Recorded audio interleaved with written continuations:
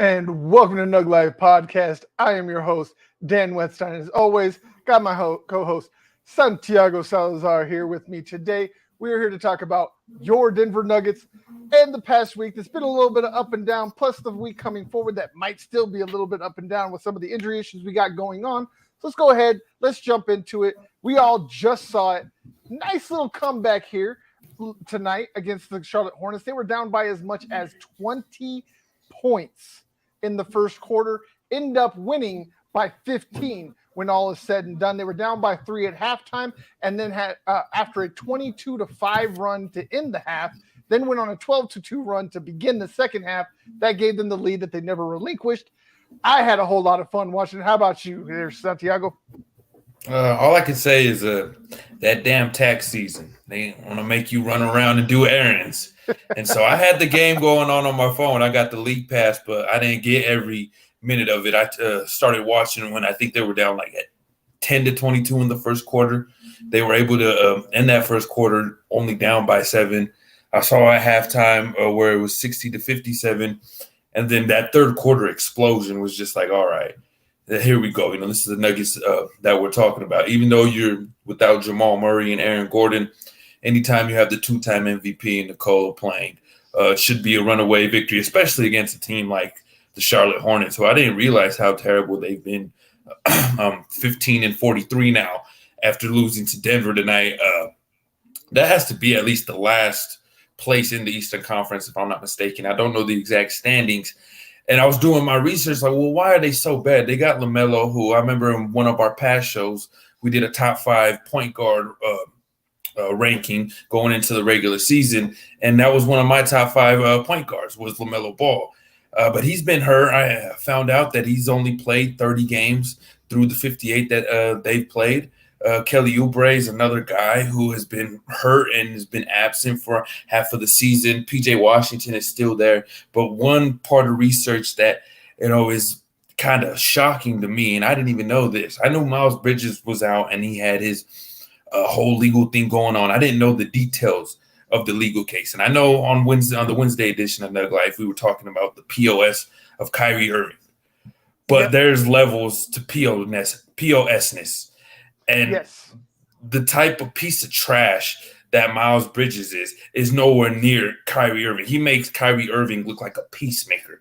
Miles Bridges currently is under investigation, not only through, criminal, but through the NBA of a domestic violence that occurred back in July. He pleaded no contest, but the evidence is obviously, I think, going the other way. He allegedly. I had to throw that just so we don't get sued. You're good. No, yeah, I'm with you 100%. No, I'm with you 100%. Just want to throw that in because Pat McAfee getting sued by Brett Favre right now, allegedly. Oh yeah. All right, you might be right. You might be right. Cover bases. We're just going to cover bases. That's all. Well, but allegedly, he, lack for a better word, beat the mother of his 2 children in front of his 2 children. And now I don't understand how you can fight against that. I mean, the evidence shows they have medical reports of when she went to the hospital, a facial fracture, concussions, and so on and so on. And it's just, it's unbelievable. This guy, he has unbelievable talent on the court, Miles Bridges. But when you do something of that nature, that's just, I could never see this guy going on the hardwood ever again, at least for the National Basketball Association. And if he does, I'm on a complete boycott for the Charlotte. I wouldn't put it past powers that be. I mean, we still have Tyreek Hill out here as the cheetah. We still it took until video came out for Ray Rice to have any type of repercussions. So Trump or talent will always trump people's moral compass, it seems, in sports. It makes me sick. I don't like it. You always want to believe that sports are a pure meritocracy as they are supposed to be. But unfortunately, like you said, there are levels to being a POS. There's levels to getting away with being a POS. And unfortunately, he does have a lot of talent. He has a lot of potential. So unfortunately, there's going to be a coach or a team out there that they probably beat on their own wife or their own kids or whatever, and they don't really care, allegedly. So I mean, to sit here and say that he'll never grace the hardwood again, I wouldn't put it past anybody because, like I said, we have time after time after time after time of guys getting away with this. Me personally, I'm 100% with you. I do not believe that anybody that puts their hands on their significant other, I don't care if they are the opposite sex, same gender, it does not matter. Same thing with putting your hands on your children or somebody else's children. It does not matter to me how much talent you have. You could be the greatest player at every sport to ever grace God's green earth.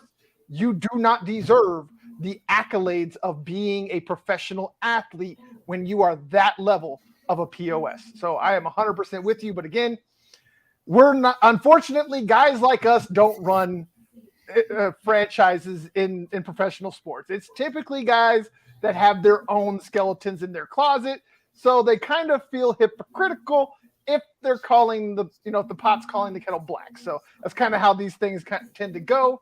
It's sick, it's sad, it's unfortunate. But when you're guys like us that don't have any power, we really can't make a change. You just got to kind of hope and pray that at some point people learn and realize that toxic masculinity is not masculinity. It is cowardice. It is absolute abject stupidity to believe otherwise, in my opinion, allegedly. So now that we got all the 100%.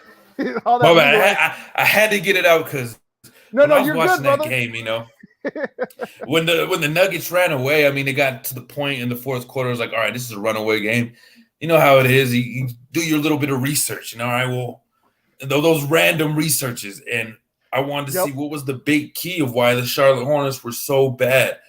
And I forgot that Miles Bridges is not a part of this team. Now, technically, he is not a part of the roster. If you go to his Wikipedia page and then the other page, Basketball Reference, he's technically a free agent. But once he gets cleared up, and it honestly looks like it's going to be that direction, he'll get cleared up and he'll be eligible to sign a new contract with the Charlotte Hornets, which is, and in my opinion, and we've got past it should not happen. But to your point, there's just, ways around these things for these professional athletes. Yeah, like Ray Rice married the woman he beat in the elevator. So, like, that's crazy. It's gross, but I mean, that's how they do this. Is like, that's how they typically get away with it. Is they get the female to take some responsibility. Like, oh, I was saying mean things. That doesn't mean he gets to drop kick you into the 70-inch, baby. That's not how it works. Like, gets the Rob Van Dam off the top rope real quick. Like, you gotta hold yourself. But I mean, money and power does insane things to people.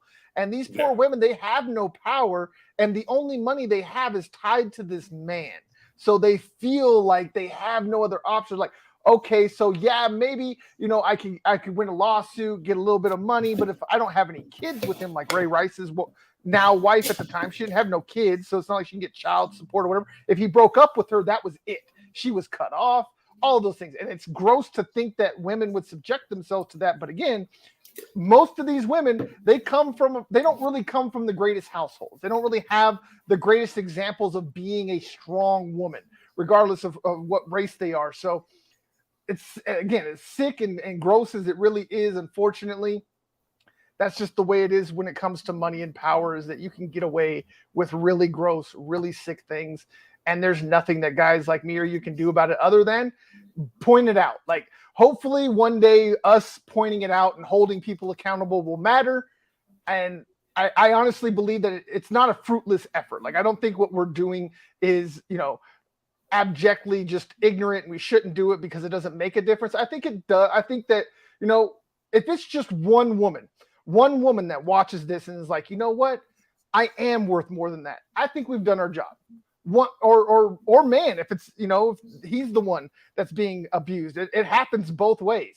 So if just one person watches this and like, you know what, maybe they're right, maybe this isn't the play to take and walk away, I say we've done our jobs, and then we can be happy with that. But we've been talking a whole lot about Miles Bridges. I started it. I'm sorry. No, you're good. You got me on a tangent. I'm as guilty as you are. You know how I am when it comes to these things. I'm a big proponent about women's rights, about children being taken care of. I got kids of my own. I got 5 sisters, no brothers. So I have a different level of respect and love for women than most men no have. brothers, man. No brothers, bro. Damn. None other than the ones that I've adopted. I'm surprised. I'm surprised your favorite sport ain't figure skating, my man. Look at this. I know. That may be growing up, too far. I'm sorry. No, you're good. You're good. Those jokes have been endless. They're like, even my sisters were like, "How did you not turn out?" Like, because women are freaking beautiful, and women are soft. Like the biggest thing. Like I don't actually. You know what? We're gonna stop right there. I don't want to go down that road. We're gonna stop before I get myself in trouble. Before I get myself in trouble. We'll talk backstage. Yes, exactly. We'll talk about that later. So let's get back to Nuggets Hornets. This game really started out and reminded me of the last game against the Orlando Magic, against a team that the Nuggets should have just mollywopped. They've had a bit of a problem on the road lately. They started out with one of the better road records up until about December, and then they've had a 4-game losing streak on the road, which dropped them below 500, which is still kind of crazy to think that they got 12 wins on the road. The Hornets got 15 wins total. So the Nuggets almost matched their win total just on the road and are still under 500. And you are 100% correct. The Hornets are, tonight made them the sole team in last place in the Eastern Conference. They were tied. They were tied with the Pistons, but they are officially the worst team in the East now, thanks to the Nuggets and them coming back. I just love to see the resilience. Unlike in Orlando, where it just seemed like they just could not get it going. They just, no matter what they did, they couldn't get the energy up and match what the Magic were able to do on the floor. This time they flipped the script, like we said, from first half to the second half. And it really flipped the script from the Orlando game. It went from the 115 to 104 loss against Orlando to a 119-105 win against Charlotte. That's my biggest takeaway from this, is that they figured it out in the middle of a game. It didn't take multiple games or just getting mollywopped for a week straight before they finally made some adjustments. And even without Jamal Murray and Gordon and Zeke Naji, they were still able to go out there and get a 14-point victory against the lowly Hornets and didn't just fold up and roll over. That was my biggest takeaway. How about yours? Well, the fact that the Nuggets were down by as much as 20 to a bad team on the road. Now, anytime you're on the road, that's hostile environment, even if it is a bad team. The Magic beat the Nuggets, I think, the second time since 2016.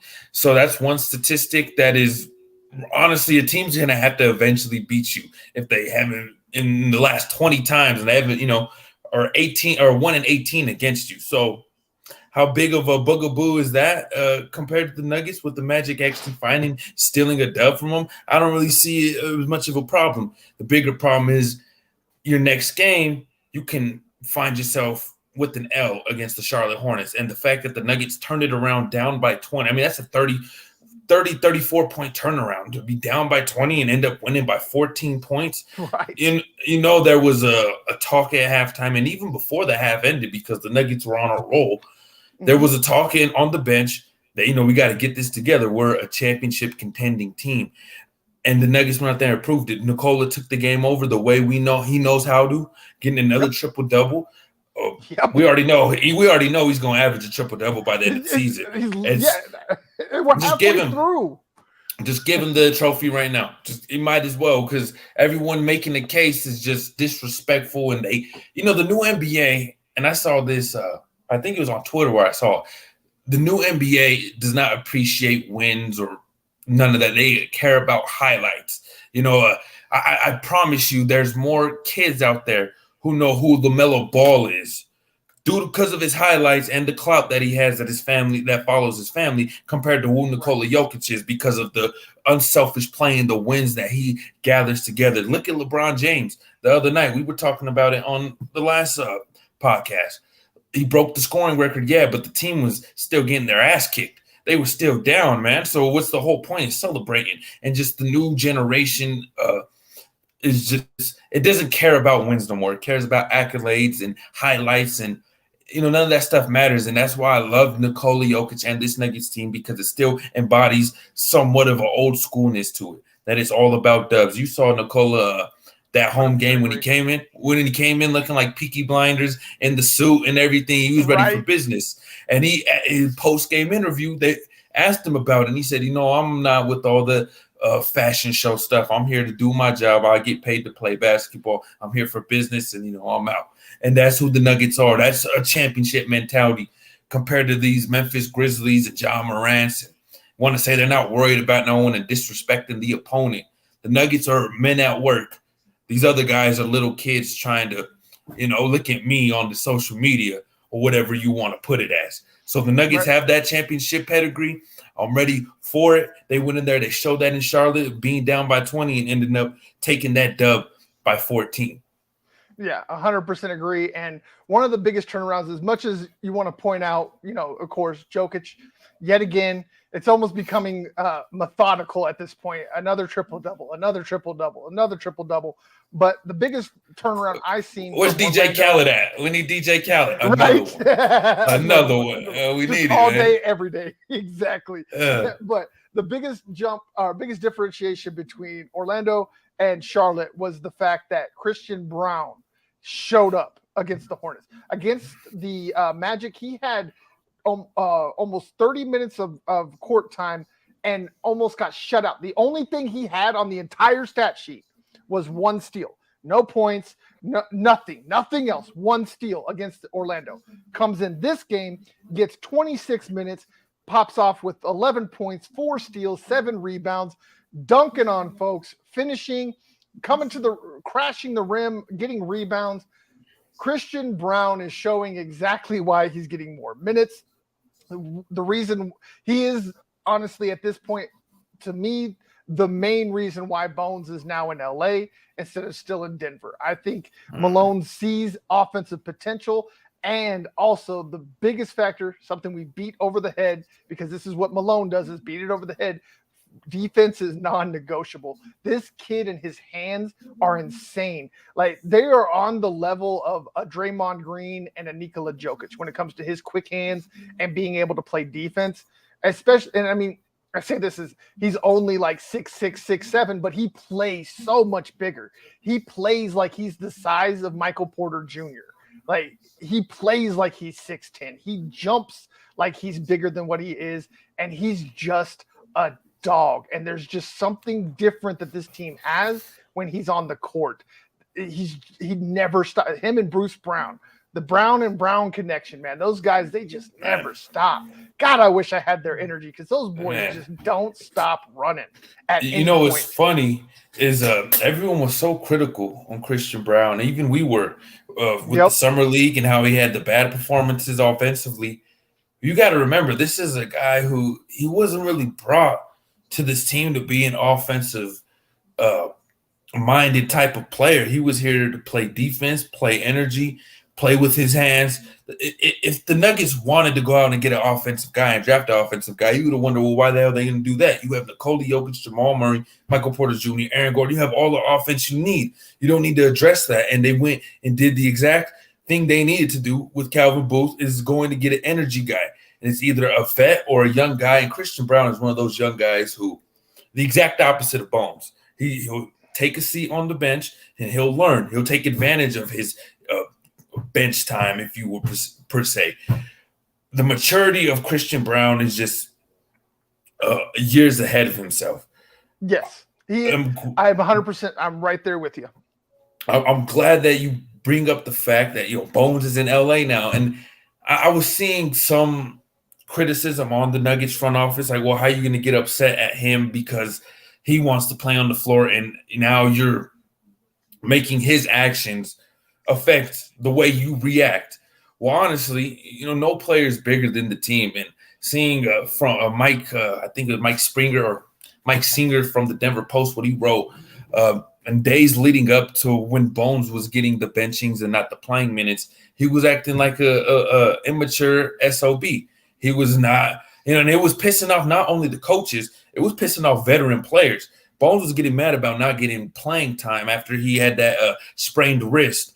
And, there were vets who were looking at him like, hey, man, I've been in this league 9-10 years, and I haven't gotten playing time before, and I didn't act like that. Like, you need to just calm down. And the Nuggets punished him. They made Bones ride a commercial. I don't remember what game it was, but that was their punishment. They made him ride a commercial. He wasn't allowed to travel with the team on one of their road games. And the attitude didn't get better. It didn't improve. And finally, the Nuggets just got rid of him. And I know we're going to talk about it more on the show. I don't want to get more into it. We're getting to the trade details. But just the maturity level, though. That if that doesn't say immaturity from everything I just shared about Bones Island, then you are highly mistaken. And Christian Braun is the complete opposite of that. Yeah, and I honestly think that LA's quite possibly the worst place. This is Devil's Playground, man. Yeah, exactly. Not because it's the Clippers or whatever. It's just he's already got this big of a head in Denver. Imagine if he has even just a smallest amount of success in LA, and then all them little breezes start coming around, and he starts walking down, Rodeo Drive and around Hollywood. Like, he's already thinking that he's some type of rap star or something. You know what I'm saying? Because a bunch of redneck white boys listen to his music here in Denver because he wore a Nuggets jersey. Like, I love Bones in so many ways. But they're just like you're saying, like, there was so many other times where you're like, bro, you need to slow your roll. Like, you're still a bench player and you're doing this and you're acting like this with guys like DeAndre Jordan and Uncle Jeff and Ish Smith, who's on his 13th team. They humble you real quick. Hey, Ish will give you the ish. He will humble you real quick, man. And, all day. The thing about Bones, I love Bones too, but, the reality of it is, you don't play here no more. So I don't give a damn if you did or you didn't, but you left us with a sour taste in our mouth, and I'm highly disappointed because, you know what, he could have came back from that. He could have matured up and he's like, all right, you know what, I'm not getting the minutes. Let me be a cheerleader. There's nothing wrong with being a cheerleader on the bench. You're in the NBA for a reason. You see Chonchar out there getting minutes. Before, he's been on the team for 3 years, and he had, in 3 years, he's probably had worth a year and a half of playing. You know what I mean? But that other year and a half, he spent time on the bench being a cheerleader until he got his time called up. I think Bones just 100%. Got so many minutes such early on. He thought he had it made, and he thought that it was going to be, his team, or he was going to be a centerpiece of this team. And honestly, man, Bones was very expandable. And especially if you want to act like that on a professional team that's trying to win a championship, this is not the Lakers. This is not the Memphis Grizzlies. This is not the Oklahoma City Thunder. They're the Denver Nuggets, and they're title ready, and that's the destination. It's title or bust this year, and there's no tolerance for that type of behavior. No, they are not going to do anything that will compromise the chemistry of this team. That's why I think, and since we're already on, let's just go ahead and jump into the trade deadline here. We had made mention. Well, I specifically had made mention about possibly bringing a Russell Westbrook into town. The way that they handled the Bone situation has me believing that's probably not going to happen. No. Just simply because they are not going to jeopardize the chemistry of this team and the way that they are able to coalesce for anybody. Even a guy that they spent a first-round pick on. And something on this I need to talk about is, like, I had been going off of the thought that they had only gotten 4 second-round picks for Bones. As it turns out, that was an erroneous report by several people here in Denver. I apologize for not doing better. Only got 2. And they got the boy from L.A. Thomas Bryant. Thomas Bryant. There you go. Thomas Bryant, Yeah, Thomas Bryant. See, the thing with the Clippers, I think they were the biggest losers at the trade deadline, man.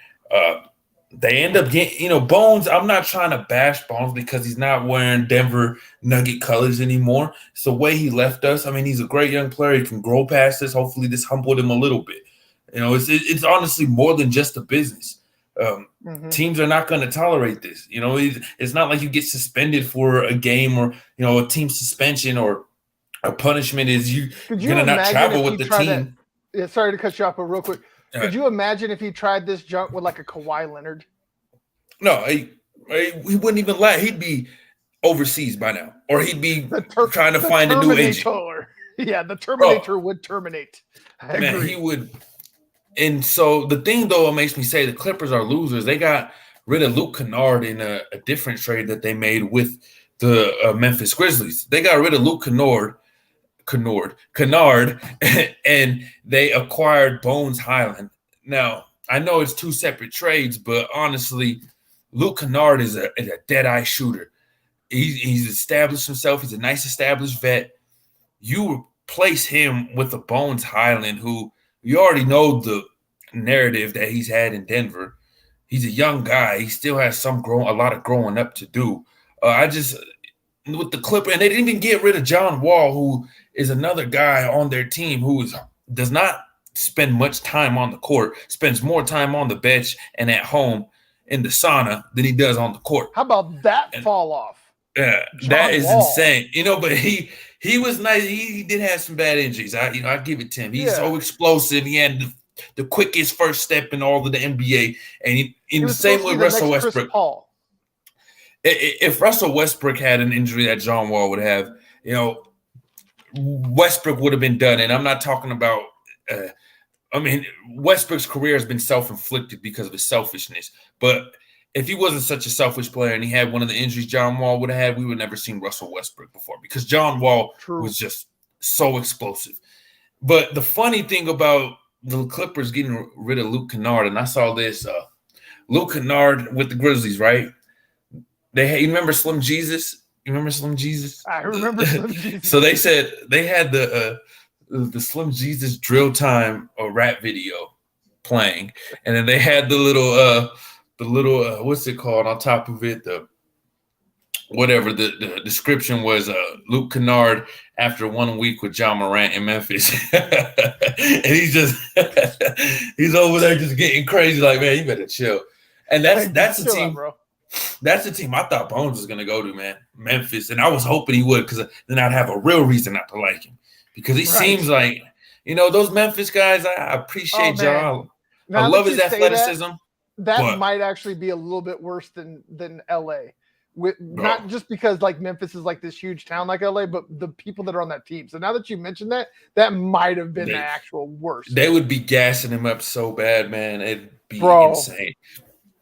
Could you imagine like him being like the differentiation though?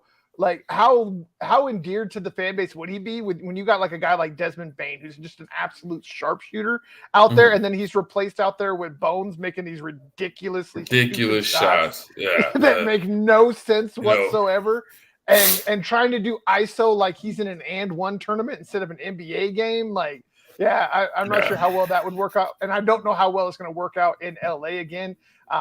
For twofold, the city that he's in and the team that he's on. Like that team's not like Kawhi don't play. Paul George is a man child. He don't play. He literally don't play. like man, he's like robbing their money. Like it's oh my God. Man, Kawhi needs to give lessons out to how to rob somewhere without a gun because he is the best at doing it, man. He's just chilling, man. He won one championship. He's probably going to get his jersey retired in Toronto. Made an iconic shot that went viral. And he said, I mean, you can't complain about it. It's not like this guy's out here saying, I'm this and I'm that, and he doesn't have this completely insane ego. And as long as it's a rival of the Nuggets, rob them blind, bro. Rob them blind. Oh, yeah. That's all I'm saying. I'm fine with it. I'm fine. I've never honestly had a problem with Kawhi Leonard. I never had. And he's never had a big ego. I don't like the Clippers. No. I don't like PG. He's PG 13. Hey, I don't know about 13. He just be who PG. Gives themselves that nickname? And because he ain't rated R, ain't nothing scary about him. Right? Ain't nothing scary about him. Saying, bro, you're telling everybody that you're good enough for your family friendly entertainment. Like there's nothing scary about you. You remember when the Nuggets they did that historical run in the bubble, came back, a first team in NBA history to do a comeback from 2 back-to-back 3-1 series and win it. Yep. And they did the second one was to the Clippers. Well, that elimination game, that game 7, Paul George could not hit a shot to save his life. I don't remember the exact statistics, But there was a saying that if Paul George shot Tupac, he'd still be alive. Right? Yeah, it was so. It was like below 20%. It was that bad. It was bad, man. And it was just so insane because the turning point of that game. In the elimination game, Nuggets were already down 3-1. The Clippers were up by like 17 points mid-third quarter. And, one of the Morris bros went to Paul Millsap. This is when Millsap was still on the team. Went to him and yelled in his face, like got all cocky and big. And that was the turning point of that series. The Nuggets came from that 17-point deficit, won that game, made it 3-2. Next game, come back, send it to a game 7, and the rest is history. And, just humble yourself. That's why I don't understand about a lot of – if you're not a star on a team, if you're a role player, there's nothing wrong with that. That's fine. But make sure you're humbled because you're adding pressure.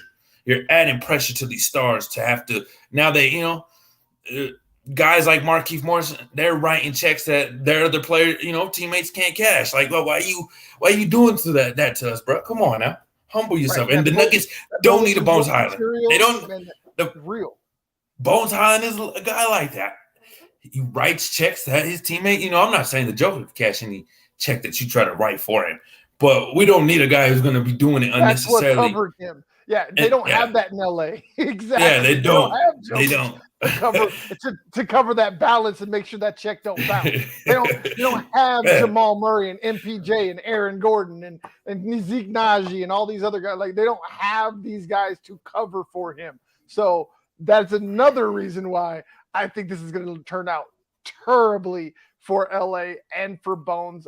Again, just like you said, this is not just knocking a guy because he went out and left a bad taste in my mouth or whatever. Do you, bruh? If that's what you want to do, if that's where you want to go, I would rather have you out of this team and off of this roster if you don't want to be here, if you don't want to play your role, than to keep you here and try and force a round peg into a square hole. That never works out.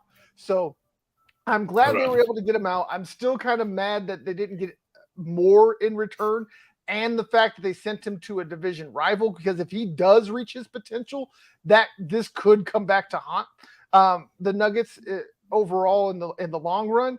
But just from the way it looks, from the way he's acted, I don't see the Nuggets being the ones to regret this. I see it being LA.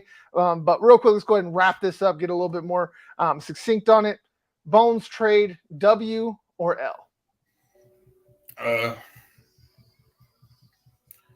don't know. It has me neck and neck with it. It is L for some reasons because, if the organization and Bones were both patient, it could all worked out and would have been fine. It would have been a happy marriage. But it is a dub at the same time because what if it never worked out and we'd have been stuck with this guy and we just had to wait? And, you got 2 second rounders for him. I feel like you could have got more because there was another trade that happened in the association where a team dumped just like a nobody role player and got 5 second-round picks. It just shows Payton the second.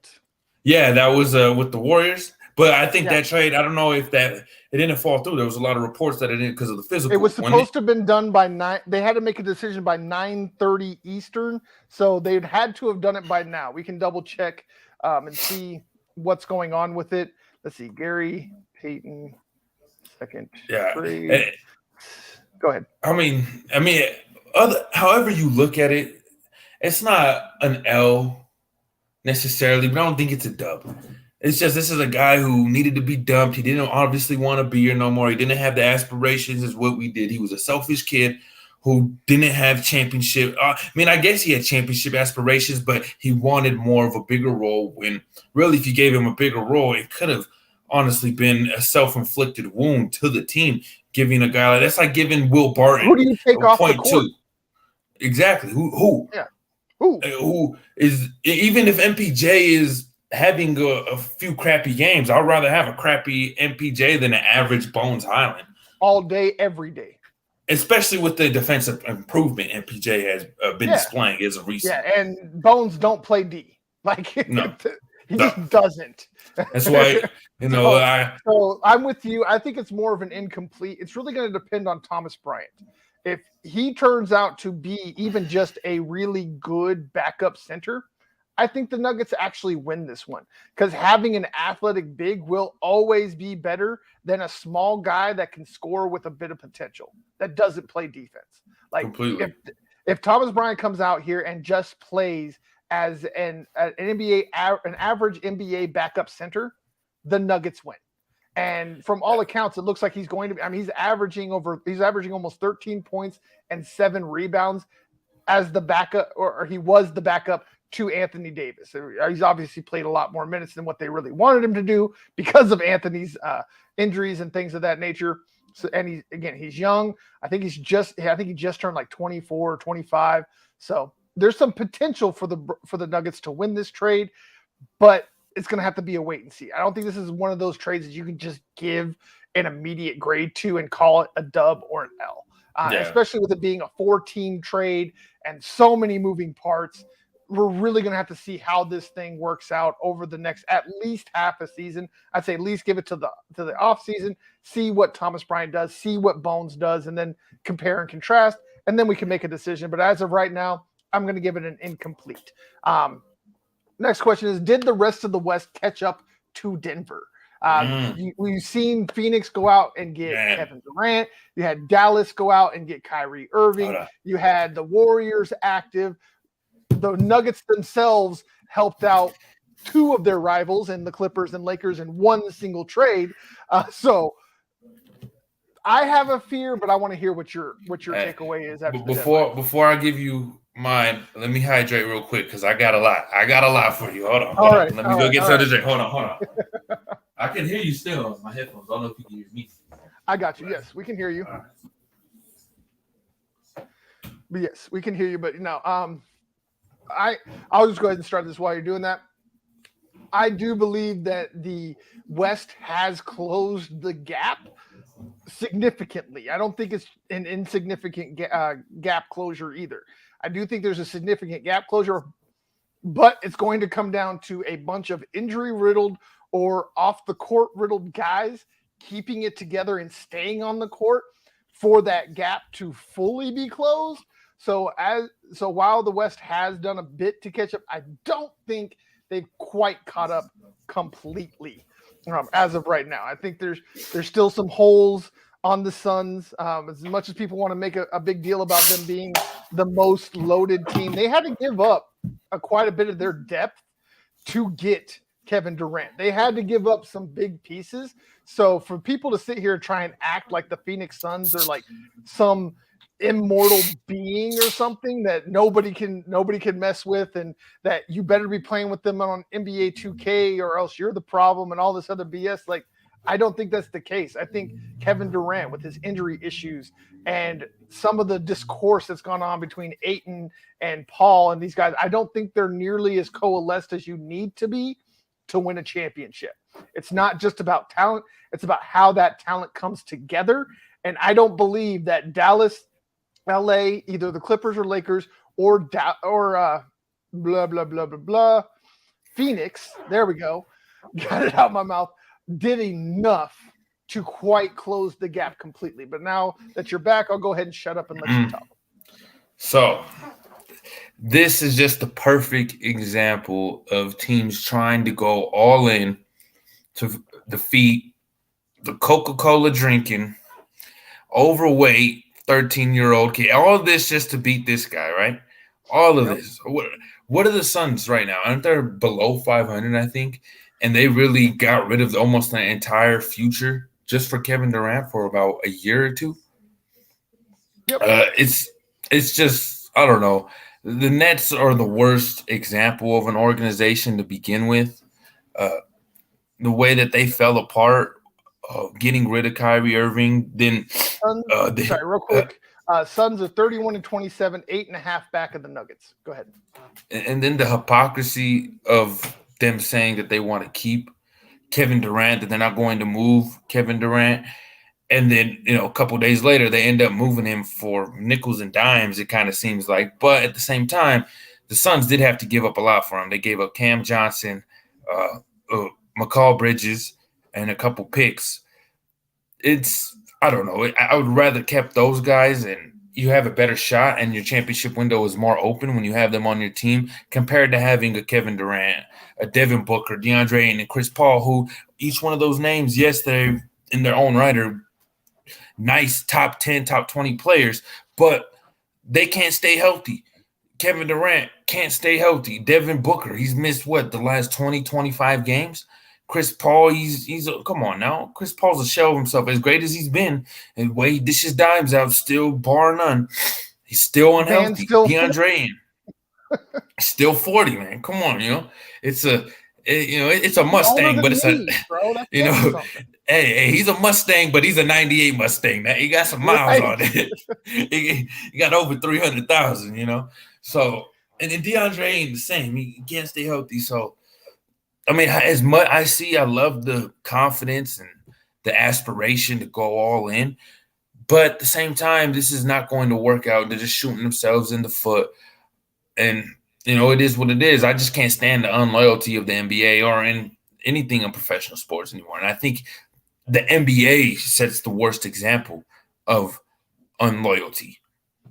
My biggest thing is, why are people all of a sudden acting like it's such a surprise that the Nets crap didn't work? Like that trio, I said it from day one.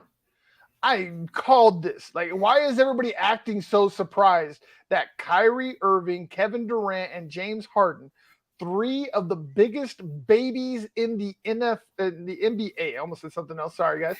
Got the Super Bowl on your mind. You got the Super Bowl tomorrow on my mind. But no, they're just insanely giant man children. And the fact that anybody thought that three man children could get along in the same place that are all ball heavy, scorers that need the rock in their hands for the entire game, and they're all three supposed to work together. Like, how was that ever anybody's thought, like, this is going to be great? And none of them play defense. Like, Kevin Durant's okay defensively now. He used to be a lot better when he was younger, but now he's just kind of okay.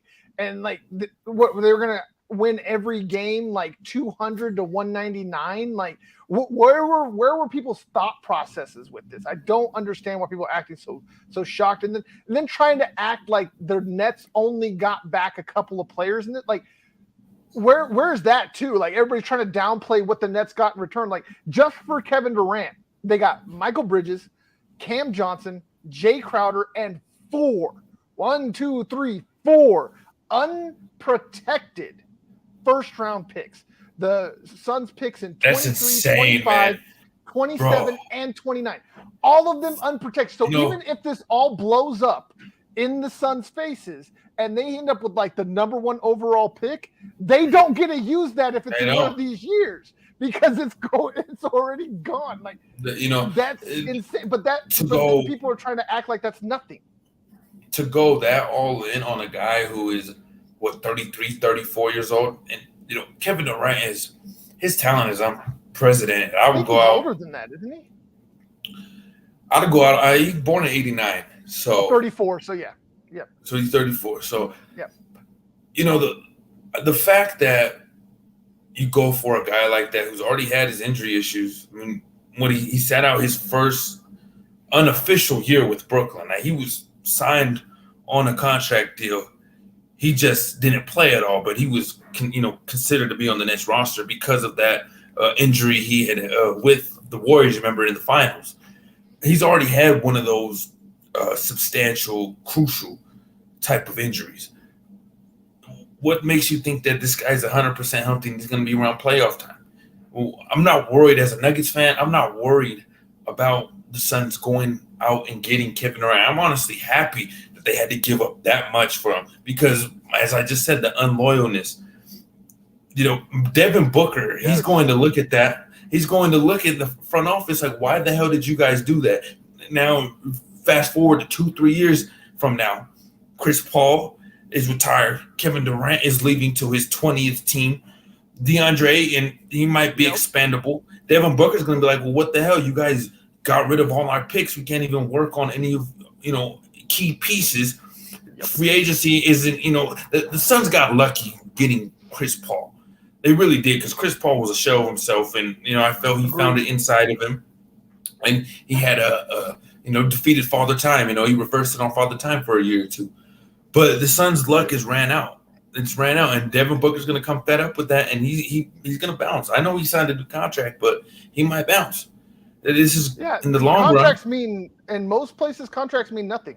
Kyrie Irving, Kevin Durant, and James Harden all signed massive deals when they went to the Brooklyn Nets, and now look where they are. Everywhere but Brooklyn. So yes, 100% with you on the disloyalty. But I mean, at the same time, like, teams aren't loyal. So like when it comes to the loyalty thing, like I don't really care about players playing for the same team. Like I don't have that old school mindset, which is kind of funny for you to have that take, but me to be different. And I'm the old one. I'm supposed to be the old school curmudgeon. No, you're good. Sorry. You're good. I mean, hey, that's what keeps things interesting, right? But no, like I didn't even notice that. Loyalty. It's just right, but it's more about who is doing what where and how you're handling yourself. Like I wouldn't care about Kevin Durant moving teams if it wasn't that he was so toxic when he did it. Same thing with Kyrie Irving. Like if you want to move on, just move on, bro. Like you don't have to make it a circus. You don't have to do these things that you've done that just make you look terrible. Like that's how you end up looking worse than the old rich white guy that's the actual villain in the story. It's like these guys continue to make themselves the villain. It's like, dude, just be cool. You have the power. You're Kevin freaking Durant. Like you don't have to be a baby about it. You don't have to go and create burner accounts to get mad at people on Twitter and then not know that it's you or whatever the case may be that you need to do for whatever it is. Like I don't understand that either. Grown men with burner accounts, like grow up, people. I don't get that. So you remember when it's just the childishness. That's what gets to me. That's my main point. When he snaked Russell Westbrook and left at the city of Oklahoma City and left them. When he was on the whole burner account thing, there was one tweet where he forgot to use his burner, and he was he was typing from his actual account, and he was like talking in the third person, and like bro, you gotta be. He was really pressed. He was really pressed. Like it really got under his skin. But that's what happens when you've been babied your whole life, man. Like and I know he comes from a tough background, and single mother, and shout out all the single mothers who do a wonderful job. But at the same time, man, it's like you gotta grow. You're a grown ass man. You can't be, and he's probably been surrounded by people who are yes men. The same reason, the same reason why Charles Barkley and Michael Jordan aren't friends no more, because Charles called out Michael for having all these yes men around him and not telling him no. And I feel Kevin Durant has the same type of thing. He has all these people he surrounds with him who tell him, don't tell him what he needs to hear, but what he wants to hear. And the thing with Kevin Durant is he's had so much of that implemented into his mind. He's going to do whatever the hell he wants. And you know what? It helps that he is probably, he is one of the best scorers that the NBA has ever seen, at least on the play skill that he has, being 7 foot and be able to move the way he does. As much as he is a snake in a crybaby, I love me some Kevin Durant, and I've watched him. I love when he plays. Yes. And I watched him, my family's from the Austin area, so I've watched him since I was little itty bit, since he was a Longhorn. You know what I mean? I knew about Kevin Durant before he came into the draft. Right. His first game was against the Denver Nuggets in the old school Supersonic uniform. We blew their ass out, but you already knew that the potential was there. Showed what he was. Yeah, exactly. He showed that potential. So you know what? It's just a case of him and Kyrie were a match made in heaven, because you can't stand neither one of them, or their personality, or their attitude, or how they look at the way of life. But their basketball skill is 100% legit. Right, 100%. And talking about basketball skill, let's go ahead and move on to the week ahead. I think there's some serious measuring stick games coming up here right before the All-Star break. You have the Heat coming up first. They play in Miami. Both division leaders. Then you have the Mavericks, who we just talked about how they just got Kyrie. This is going to be the first game with the Mavericks. Kyrie gets to play against the Nuggets. So we get to see what this dynamic and Doncic might play this game. Might. They're talking about he might get a few minutes before the All-Star break, and he gets a real break. So we might actually get to see that real duo come together and see what they can do against the Nuggets. So where do you rank these games as measuring sticks going into the All-Star break? Well, before we start with that, the funny thing, did you see the graphic that they showed on Altitude of Jimmy Butler and his dread extensions? Like, you saw those dreads he's rocking? Doesn't he look I'm so glad you brought that up. I thought doesn't he look so weird? Hey, bro, he looks like a dark-skinned Brittany Griner. I'm sorry, but that's exactly what it looked like to me. Man, it's their extensions. That's not even real hair. That's the his hair part. Like, I went and looked up. I was like, what the hell? I was like, Jimmy Butler, like, he has dreads now. And I was looking up recent Miami games, most recent highlights, and he has nowhere near that haircut. He doesn't even have that haircut. You know what I mean? Like, it's like, why the hell are they using that for his profile picture? And all I can hear is the skid marker, Buddha. Like, dude, what in the world is this? It doesn't even look like Jimmy. It looks like a whole different person. That's the mark of Buddha, man. The skid marker, Buddha. I hope you get a virus, chick. You and your computer. Sorry. Yes, we watched that movie and it's great. Yes. I'm a ghost. Sorry. That's one of the best movies of all time. Ever. Yes. But to get right on track, my bad. I had to point that out because you're good. You brought up them, and I remember when they were previewing the games, I was like, that Jimmy Butler picture came back to me, and I'm like, I can't let that fly. We got to talk about it real quick. Yeah, if you wouldn't have brought it up, I was going to. So you're good, man. He has to make an appearance with those extensions one time or another. At some point, because you cannot. I've never seen him play with them. That's the whole point. Like, where did it even come from? Do you think he told the NBA I don't want y'all using my face or my picture or my likeness unless it's my new hairdo?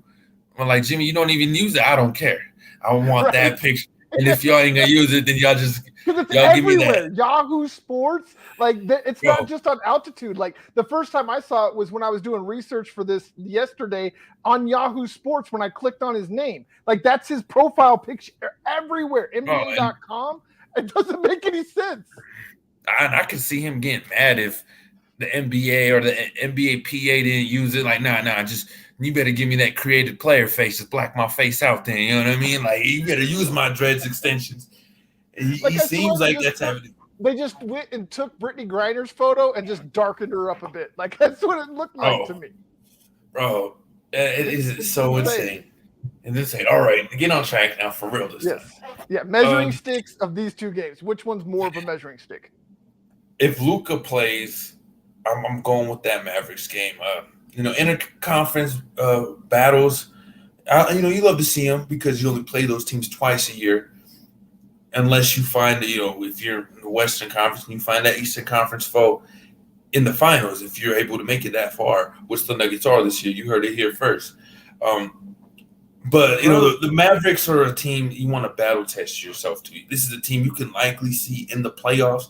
You want to see where you're at against these guys, and you want to play them as much times as you can, get as many bad performances out of your system as you can until you're ready for the real deal. Scout them as much as you can. This is a new look Dallas Mavericks team, so this is obviously a different team that you scouted times before.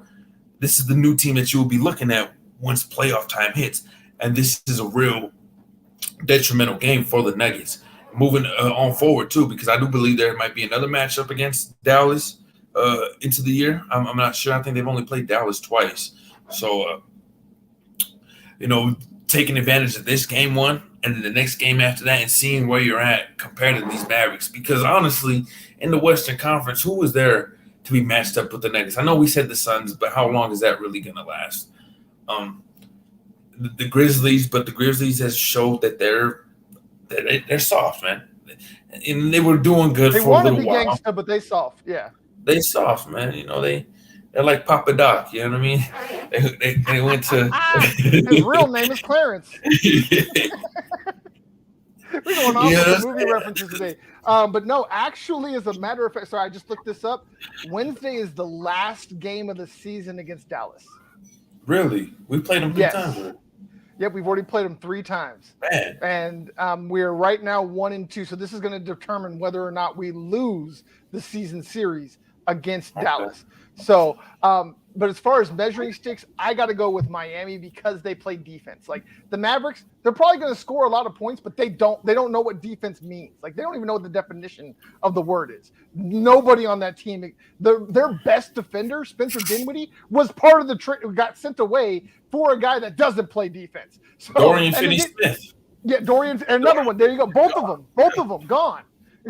So their 2 best defenders are gone, and they brought back a dude that doesn't even know where the word defense is in the dictionary, let alone what the definition is.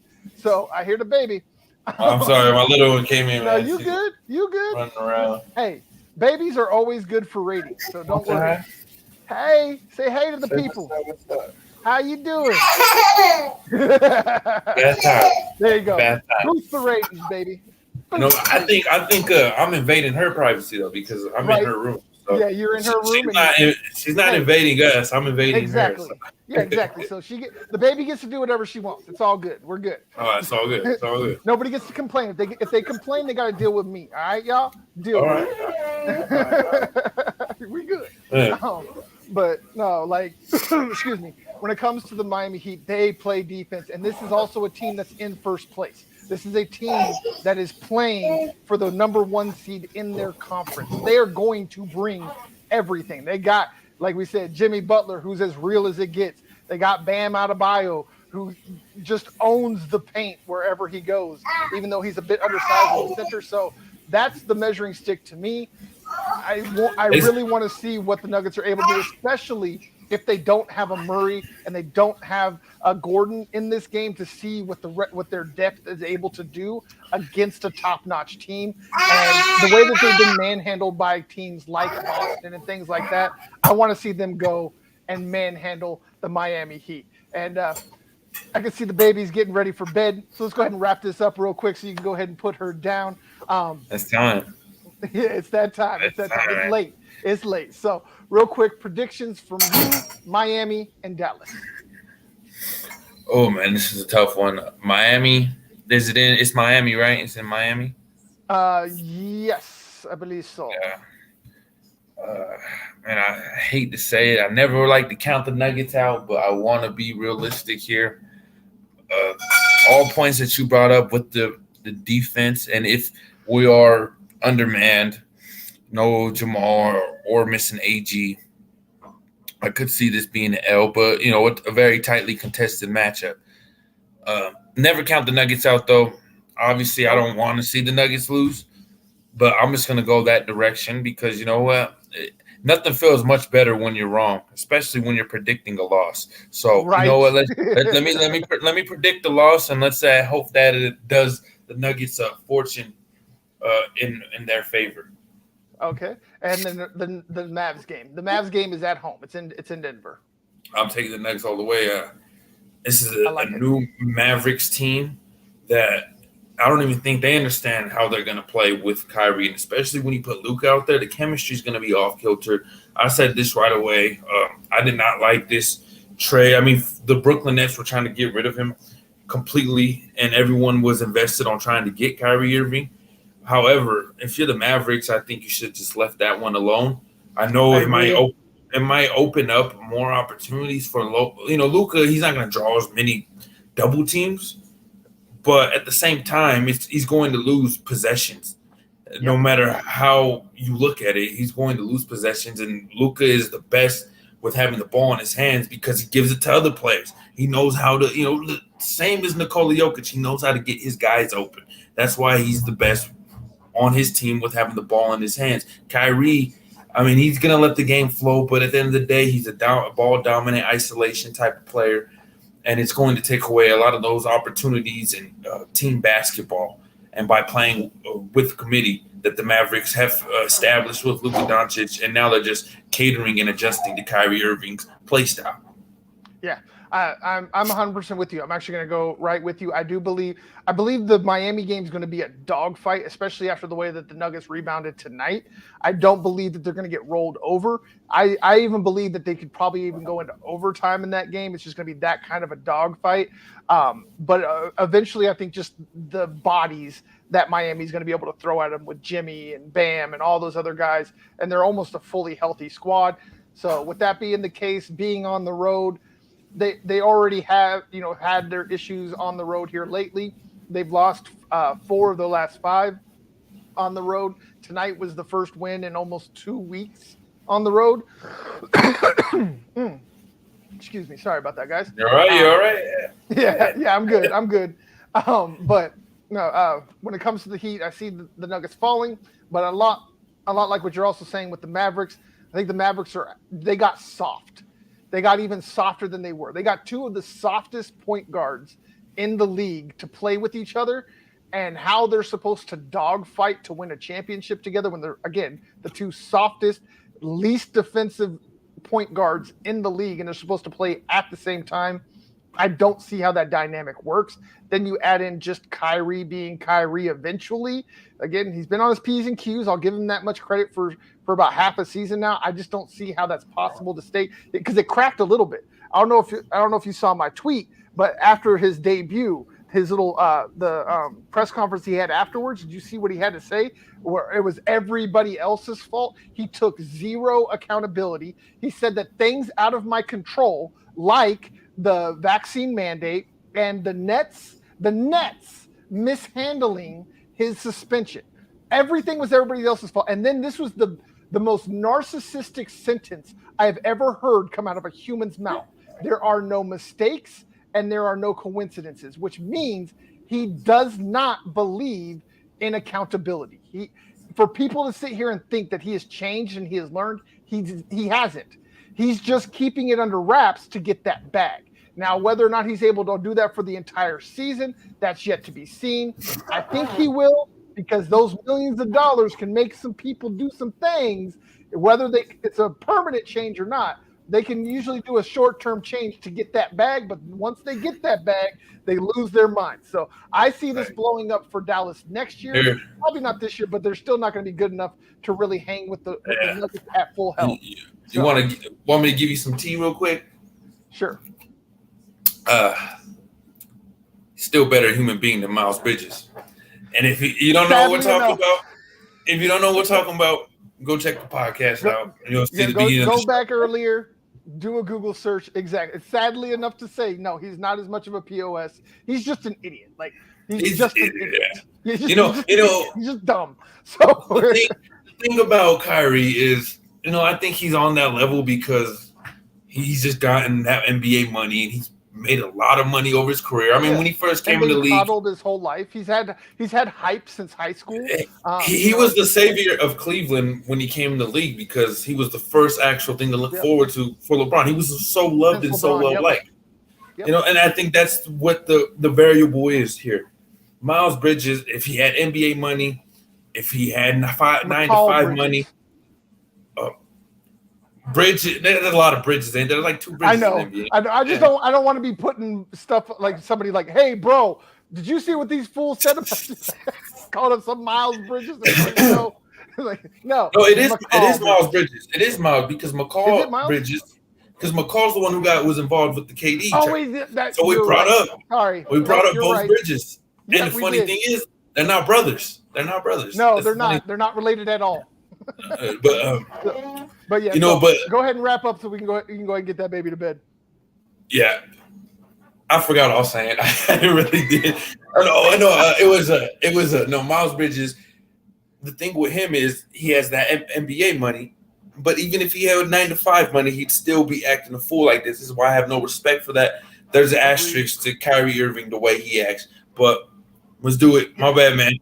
No, you're good. No, you're good. I know that baby's probably ready to go to bed, and I'm sure mama's ready to put her to bed. So let's go ahead and wrap this up real quick. As always, I am your host, Dan Wetstein, for the Nug Life Podcast. That is Santiago Salazar. And for the Answer is 42 Media, don't question the blue.